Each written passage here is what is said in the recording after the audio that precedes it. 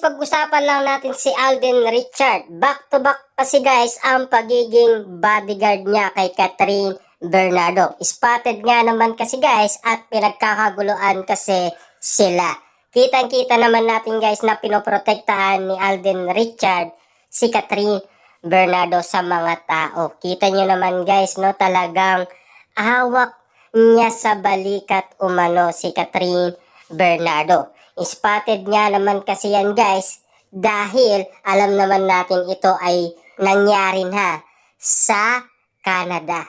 Ganyan kasi guys ang pangyayari. Diba na pinagkakaguluhan sila sa Calgary, Alberta, Canada. At ito na naman guys, naulit na naman sa SM City, Baliwag sa Bulacan. Kitang-kita naman natin guys na back to back ang pagiging bakod ni Alden Richard kay Catherine Bernardo. Spotted nga naman kasi yan guys.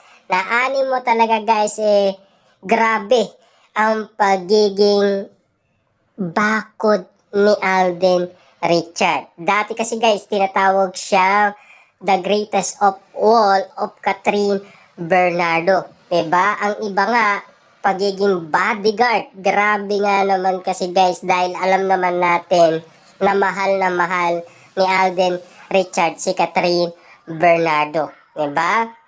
Naani mo talaga guys ayaw niya masaktan umano ang kanyang minamahal. Diba? Siyempre guys alam naman natin dinudumog sila at pinagkakagulo.